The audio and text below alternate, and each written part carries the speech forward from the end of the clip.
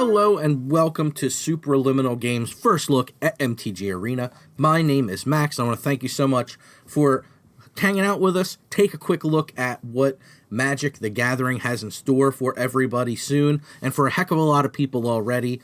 We are looking at the newest version of their still in beta product, which is going to come out here hopefully soon to the masses. And if you haven't already signed up for the beta, you can do that. They are letting in lots and lots of people on the beta, which is really exciting.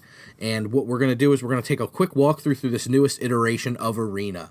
A little bit about me real quick, as I've been playing the game since I got started as Onslaught was just released.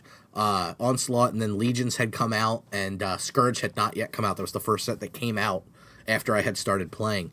And I have been in the closed beta since the beginning. I'm one of the people who is responsible for this mess, or great thing, however you choose to perceive it, as we go. So we're going to just take a look at the screen. We're going to look through a couple of the options, and I'm going to open some packs, and we'll kind of end it there.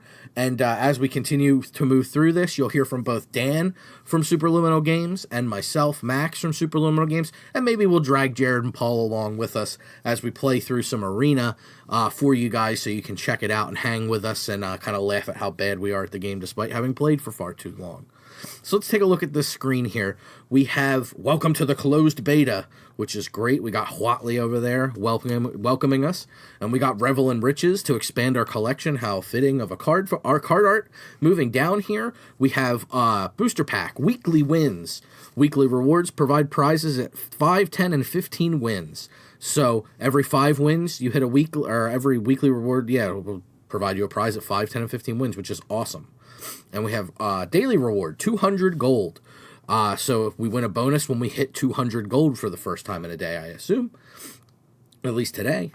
Other than that, we have some objectives, some actual goals we're trying to achieve here, some objectives. This one here is cast 12 creature spells. We get 225 gold for that one. Very easy to do. Cast 12 white for Huatley, or blue spells. We get to do that. Very easy as well. Casting spells, very simple. That's why you see the reward at 225 gold.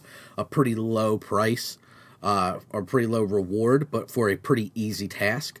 And then we got the big boy here at 300. Win 2 games with a red-green deck. So one thing I discovered in earlier versions, and I don't know if it holds true for this particular version, is a red-green deck has to be a red-green deck.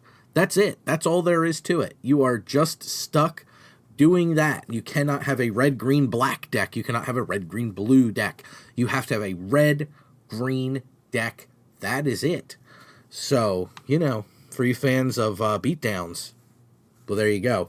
One of the things you can do, and you see the icon there is a swirly arrow, you can reject your reward and try to get a new one. Like, for example, if I'm trying to hone a deck that maybe is red and black, well, it's not going to work. I'm not going to get this reward, so it's largely useless. I have to try to win with something I haven't invested a lot of time and money into, or time and tickets, and we'll get into that kind of thing, gold, gems. I haven't invested a lot of that into it yet, because I'm not building that deck. I'm building this deck, and it's really hard to expand your collection aggressively enough to get multiple decks quickly. So winning early on with a red-green deck might be all right, might be a little tough. So let's take a look over here at the top. We have some settings we can adjust. Got sound settings here. I have everything turned down pretty low. Actually, I'll turn everything down to 0, just in case we get any unexpected nonsense while I'm taking you through the tour here. Over in graphics land, you can set your graphics settings. I've had no problem running this at high on my computer at all. So it's been running really smooth. I haven't had any chugging issues, any loading issues. It hasn't been bad at all for me through any iteration of Arena so far. So kudos to the folks at WotC for that. Very nicely done. All right. Next to the settings, we have the Vault. The Vault's pretty neat. The Vault is a cool way that Wizards has decided to kind of offset issues you would have growing your collection and getting more than 4 of a card. If you get more than 4 of a card, which is what we refer to as a player set, what'll happen is it will move that card as worth a percentage, and it'll go towards opening the vault. And so your extra cards, you won't have 15 of a common. You'll use all the extra, will provide you percentages towards the vault, which is really, really cool. And what that does for you is once it reaches 100%, you can open the vault. And what's inside the vault is usually a plethora of wild cards, which we'll get to in a moment, which is a really powerful thing to get. Next to that, we have gems. That is the purchasable currency of the game. So if you don't have a lot of time to sit and play back-to-back games, but you still want to build a good deck for when you sit down and play so you don't just get stomped, you can buy gems to trade it in for packs and to trade it in for things like that. Gold is what most people will probably be using as currency. That is what you get, and we saw it when we were checking out the objectives down below. And you're going to get gold for winning. You're going to get gold for completing your objectives. You're going to get gold from time to time for other things. So that'll be the most common way to purchase packs for your collection. And then next to that, finally, we have wild cards, which I brought up before. There are different rarities to match the rarities of Magic cards. We have common, uncommon, rare, mythic, rare. You can see I have 4 common, 2 uncommon, 1 rare, and 0 mythics. So what that means is I can take 4 of my common wild cards and turn those wild cards into any common that is available. So that's really cool and really versatile. So if you find one of the pre-constructed decks they've put out for us that you like and you want to try to work on it and make it better and better, then one of the best ways to do that is with these utilizing these wild cards, which are very powerful. So I have a shot at fixing 4 commons, getting 2 uncommons, and 1 rare. And let me tell you, those rare wild cards, oh, you need them. Especially in Ixalan, a lot of the really powerful cards are rares. There's a few mythics that are pretty good that I found, like the Phoenix is really good out of Rivals for Ixalan, but that's one of the best mythics in the set. As far as mythics and rares go, almost bar none, I would rather have a rare wild card than a mythic, but adding in cards like the Scarab God may, prove me a fool. I'm not sure. We'll see how all that goes. But right now, generally speaking, you definitely want those rare wild cards as much as you can get. And we're enjoying an adult beverage tonight. I can definitely recommend to you some Monkey Shoulder if you're over 21. Check them out if you're a Scotch drinker. If you're not a Scotch drinker, it's probably not up your alley, but it's up my alley because I like me some Scotch. So that's the home page. Pretty straightforward. I think pretty easy to grok, even if you're new to the game. Much cleaner, much more attractive than it has been. I'm really digging the look here. Much, much better. So let's take a look over here. We'll start all the way to the right with the store. Couple options here in the store. We can purchase gems. Well, you can once that becomes a feature. We can redeem a code, or we can purchase packs. So if we go to purchase some packs, you can see right now we can afford some, well, we can't afford it, but we could purchase some Rivals of Ixalan, some Hour of Devastation, or some Amonkhet.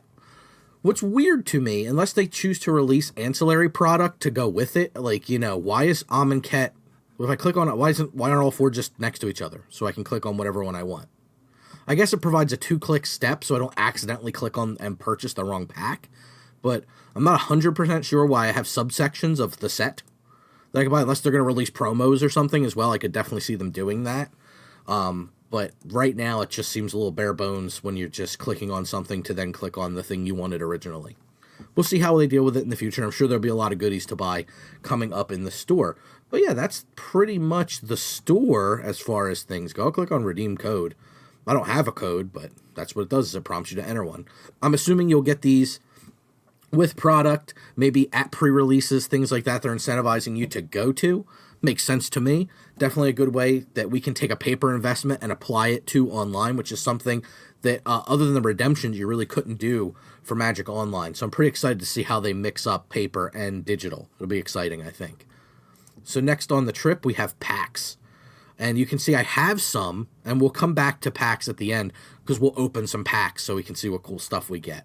But you can see I have 3 Rivals, 3 Ixalan, 3 Hour, and 3 Amonkhet. So pretty excited to bust those bad boys open. So let's take a look at decks. One of the cool things they've done now to help everybody have an even collection is they've given us access to some pre-con decks, which is very exciting. We have the Sun Empire, green-red. We have the River Heralds, which are blue-green. Legion of Dusk, white-black. Brazen Coalition at black-red. We have Selesnya Pride at white-green. And Is It Spellweaving? Golgari Exploration, Dimir Manipulation, Boros Assault, and Azurius Ascension. So, for some reason, even though all the decks are color paired, we don't get the 2-color names except for some of them. Like the River Heralds is the Simic deck, but it's not called the Simic River Heralds or something like that, but it is called Boros Assault. So I guess to prove this is tribal theme, same with the Legion of Dusk and the Brazen Coalition, like this is the Pirate deck, this is the Vampire deck, this is the Merfolk deck, this is the Dino deck. Then we get into the 2 colors and kind of a theme that the 2 colors have, so we're calling them by their guilds. Seems a little weird to me. I think they could have or maybe the Sun Empire and then maybe in parentheses put the guild there. So not exactly sure where they were going with, some of them being named after the 2 colors, some of them being named after the tribes, because it's not like 2-color pairs were a theme in Amonkhet. So seems like they just had some trouble coming up with all the names, or it just seems like a strange naming convention to me personally. Maybe you like the tribal, that it sells it immediately with what it's doing, but Golgari Exploration plus this magic card here featured on the image, I'm pretty much know exactly what's going on here. Dimir Manipulation plus Tetzamach, pretty sure I know what's going on here. So, a little strange in my opinion. Home will take us back to the initial screen that we saw. So that's pretty much what you have. You got the little Beto symbol up there in the top right corner. That's pretty much where we're at right now with this newest version. Much cleaner looking than the previous versions were. I really like it. I like that I have these access to these pre-constructed decks, which is really cool. I'm going to go ahead and click on one of those so you can kind of see what it looks like. So you'll click on it, it'll highlight it, then you can come down here to Edit Deck. And you click on that. There's a lot going on the screen, so I'll take my time. I'm going to start up here, top left. Again, we can toggle to what we want to do. Again, up at the top, it keeps everything nice and even for us. We can even see our wild cards up here on the top right, and then again right here in kind of the middle to the left. So real quick, different colors. This is how you kind of sort your collection. So if you want to sort by only black cards, for example, like I want to get rid of everything but black cards because I want to see what my collection looks like in terms of my actual black cards, it'll let you do that, and it'll let you toggle through by converted mana cost, which is really, really cool. There's now a search feature, which I think is really, really neat. So let's try to find a card. Oh, maybe I spelled Angrath. So let's do Moments. Let's try Moment. There you go. Moment of Craving right there. Moment's Craving is what I was going to type. I'm not that far into this Scotch. Shouldn't be not knowing names of cards this quickly, right? Have some more Scotch. That'll make me remember better. Next up, after you've sorted or found or searched for what you want to search for, you can click on this ring here. What is the ring? The land? This should be wild cards.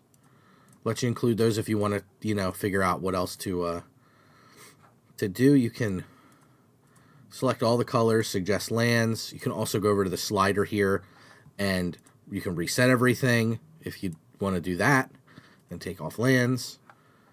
X out of our search feature here so we get everything. So again, you can start the search that way. So if we just want to do blue cards, again, we can do that very easily. We see the deck image here. Oh, cool, you can change this. You can drag a card to the area to change the deck's image. Oh, there you go. Isn't that neat? That's cool. It's a little stretched out, but whatever. This is a bizarre choice for the Sun Empire, but what are you going to do? And the last thing over here is this view, which lets us switch. If we want to look more at our collection and less of the deck to kind of just get an overview of what's going on in our collection, we can absolutely do that. If you just want to look at maybe blue 4-drops, because you need to fill in that curve. Blue 4-drops. Boom, here's our blue 4-drops. This is what we got to work with. 2 Hieroglyphic Illumination, Herald of the Sacred Streams, Commander's Awakening, Seafloor Oracle, Tempest Caller, and Vizier of Many Faces. So that's what we have to work with there. So that's basically the deck view. And again, if you want to add something to your deck, easy enough. You just click on a card and it'll drop it in the appropriate spot on your curve, or you can drag it over. Maybe I want Commander's Awakening over here. Maybe I want it over here with my land for whatever reason. You can do that. And when you're done, you simply click done. And now that I've really messed this deck up, you know, it's different. It's got the art, which isn't as warped as the little image we saw, the little thumbnail on the other page. And it shows us all the colors we included in our deck build. And again, if I were to use this for the red-green deck now, because I've added a blue card, the way it worked before, that quest would not be complete because I'm using a 3-color deck, not a 2-color deck specifically. So just be aware of that too if you go into deck building. So now that we've gotten all that boring stuff out of the way, let's crack some packs because we're all reckless gamblers here. All right, so first we have, you want to start with Rivals? We're going to do the old set first? Let's do the old set first. Let's do Amonkhet. This is new to Arena, but it's old. It's an oldie but a goodie. So let's click on an Amonkhet pack. It tells us what the pack is. I'll click on it again, and it opens the pack for us. We can take a look at all of our cards here. We got our commons sorted at the bottom. You get 5 commons, 2 uncommons, one of which is a wild card, which is very, very exciting. Another one is a Hazoret's Monument, not the best card in the world. And then when we click on the center card, it will flip it, and that, of course, are rare or mythic. And we start off with a mythic. We start off with a god card, Kefnet the Mindful, a personal favorite. I mean, who doesn't love drawing magic cards? Cards win games. So not too bad at all. And we got some, I guess opening packs just gives you percentages of the vault, which is also insane and new to this version. So that's exciting. So we did an Amonkhet. Let's just move along. We'll go in a line here. So Hour of Devastation is next. What do we got? I love that animation. That's new to this version as well. Very exciting. Ooh, another common wild card, which is great. Desert, which is kind of sweet. The other cards I don't know necessarily will play at the common slot. Maybe the Kenra is pretty aggressive. Unraveling Mummy. We do get a cool zombie theme now that they've added Amonkhet and Hour in. Again, an uncommon wild card, very exciting, and just ready to spin the wheel here. Boom. Driven. Sorcerer. I don't even know what this card is. Until end of turn, creatures you control gain trample, and whenever this creature deals combat damage to a player, draw a card. That's certainly a card. I didn't even know that card existed, and I have played this limited, so never seen that card before. Interesting. Next up, Ixalan, which these are the cards I'm very familiar with because we've opened a lot of these packs in MTG Arena. So we'll take a look at Ixalan. All these cards I know. All right, so we got Headwater Sentries, Colossal Dreadmaw, Jungle Delver, Slash of Talons, River Herald's Boon. There's the Wildgrowth Walker from the Exploration deck thumbnail we saw. Deadeye Quartermaster, and then we're going to, and by the way, River Herald's Boon and Wildgrowth Walker are the 2 most playable cards in the set. Some of the control decks that have been playing out of just Ixalan block constructed that we had on Arena for a while, some of the Esper or white-blue control decks were playing Slash of Talons, but outside of that, these 3 cards, the Quartermaster, just don't get played. So it's like these 3 cards are the playables, these 4 are not. And let's click on this boy. This girl, Tishana, Voice of Thunder. Not a very playable card. Much better in Commander. Good Commander. Not so good in a serious 1v1 constructed format, unfortunately. But overall, a solid pack with some good playables. And now we got the new boy on the block. Until Dominaria comes out, of course. Get excited. Rivals of Ixalan. So let's go ahead and click on that and see what we're up to here. Dark Inquiry is fine, but not super playable. Sun Sentinels, again, not very playable. Night of the Stampede's good. It's pretty good in a dinosaur deck. Goblin Trailblazer, I've had this in my deck, which Patrick Sullivan would call a sock full of nickels, where we just beat down real hard with cheap creatures and throw enchantments on them and burn your face and try to win that way. Fathomfleet Border's fine in Pirates. Reaver Ambush is solid removal spell. Atsokan Seer, not bad. Hard to use. You got to be in 2 or 3 color dinosaurs.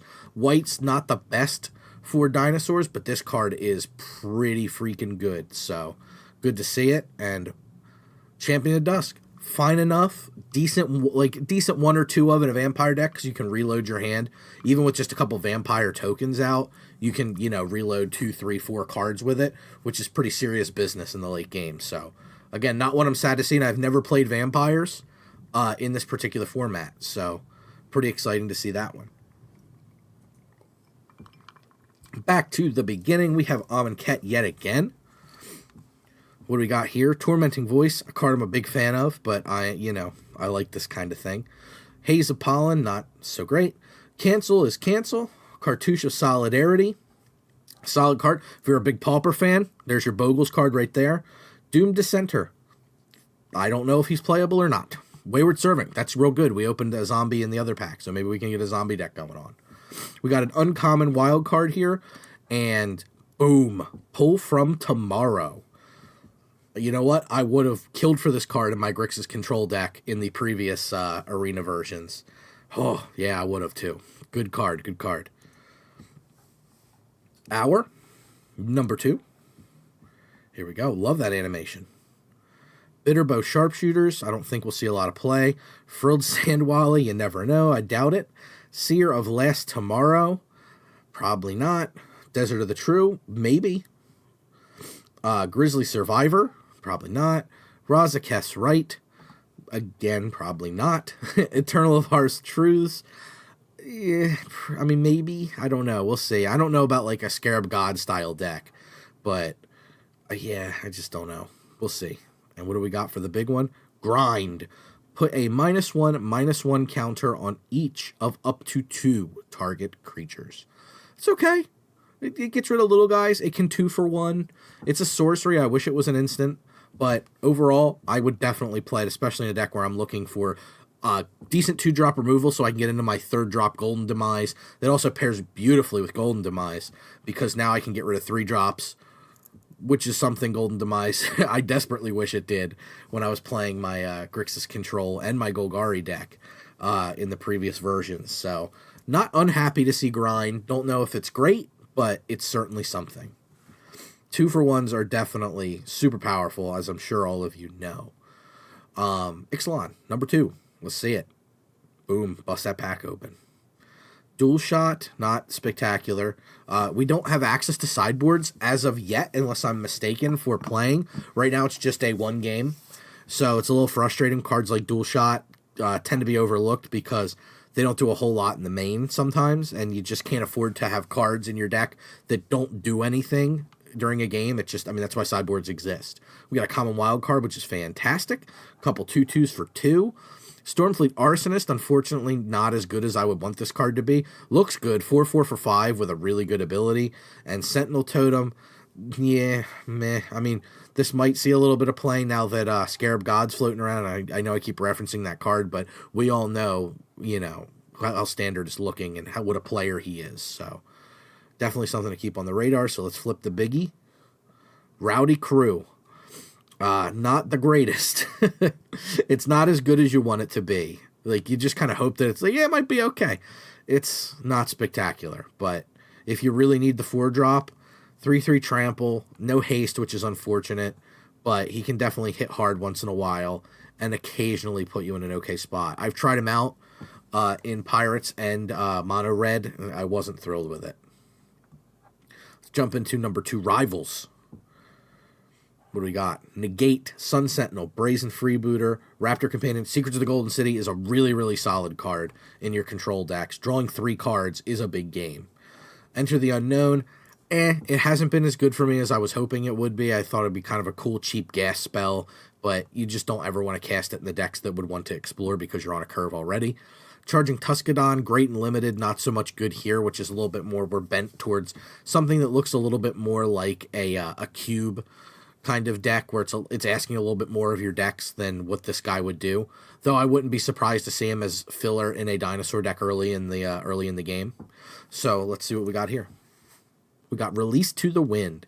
Exile target non-land permanent. For as long as that card remains exiled, its owner may cast it without paying its mana cost. So deals with something for a minute or lets you sort of abuse come into play effects. I don't know. Don't really see it being a big player. Negate and Secrets of the Golden City, for my money, are the best cards in this pack. Sadly, both common, but both very good, oddly enough, in the same deck.